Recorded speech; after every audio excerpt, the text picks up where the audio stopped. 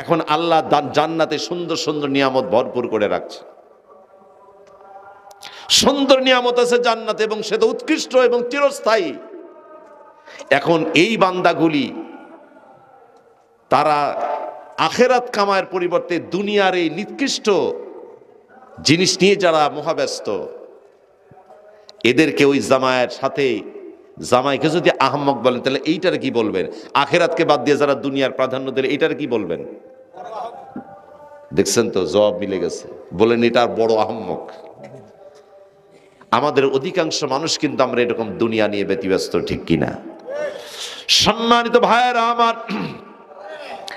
আল্লাহ রাব্বুল আলামিন কোরআনুল কারীমের মধ্যে বলেন, ফালা নাসআলান্নাল্লাযীনা উরসিলা ইলাইহিম ওয়ালা নাসআলান্নাল মুরসালিন ফালানাকুসান্না আলাইহিম বিইলমিন ওয়ামা কুন্না গায়িবিন।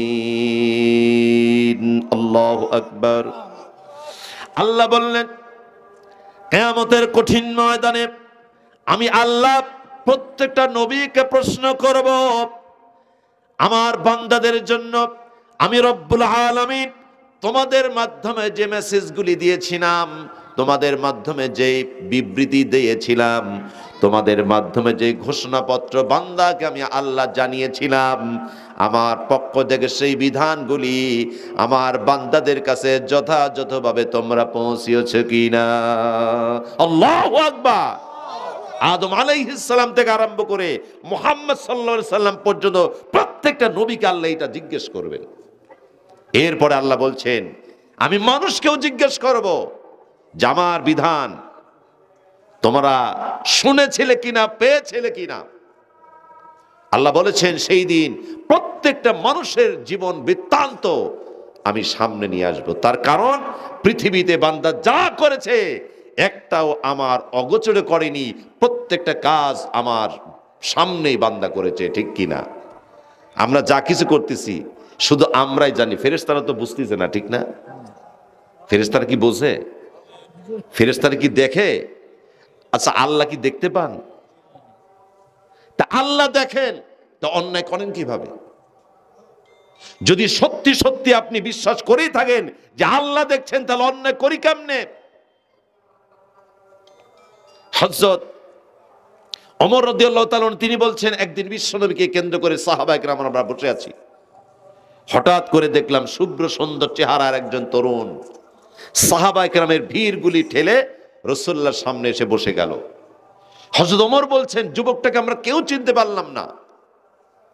শুভ্র সাদা সুন্দর পোশাক পরিহিত, তার চুলগুলি কুচকুচে কালো, মনে হচ্ছে এইমাত্র যুবকটা গোসল করে পরিপাটি হয়ে রাসূলুল্লাহর সামনে এসেছে, অথচ তাকে আমরা কেউ চিনি না। সে যে দূর থেকে এসেছে, দূর থেকে আসলে তো সফরের নিদর্শন থাকবে, সেটাও তো তার চেহারায় দেখা যায় না। সম্মানিত ভাইয়েরা আমার, হযরত ওমর রাদিয়াল্লাহু তাআলা আনহু বলেন, যুবকটি বিশ্বনবীর সামনে বসে গেল, আল্লাহর হাবিবকে প্রশ্ন করল, আখবিরনি আনিল ইহসান, হে আল্লাহর নবী, ইহসান সম্পর্কে, তাকওয়া সম্পর্কে আপনি আমাকে বলুন। নবীজি বললেন, আনতা আবুদাল্লাহ কাআন্নাকা তারাহু ফাইন লাম তাকুন তারাহু ফাইন্নাহু ইয়ারাক। বিশ্বনবী বললেন, তুমি এমন ভাবে আল্লাহর ইবাদত করবে, আল্লাহর বন্দেগী করবে যেন তুমি আল্লাহ রাব্বুল আলামিনকে সরাসরি দেখতে পাচ্ছ। ওরে যুবক, তুমি আল্লাহকে দেখো না এটা যেমন সত্য, কিন্তু আল্লাহ তোমাকে দেখছেন এটাও তেমনটাই সত্য। সুবহানাল্লাহ। আমরা কি আল্লাহকে দেখতে পাই? কিন্তু আমাদের সব কাজকর্ম আল্লাহ দেখছেন, ঠিক কিনা?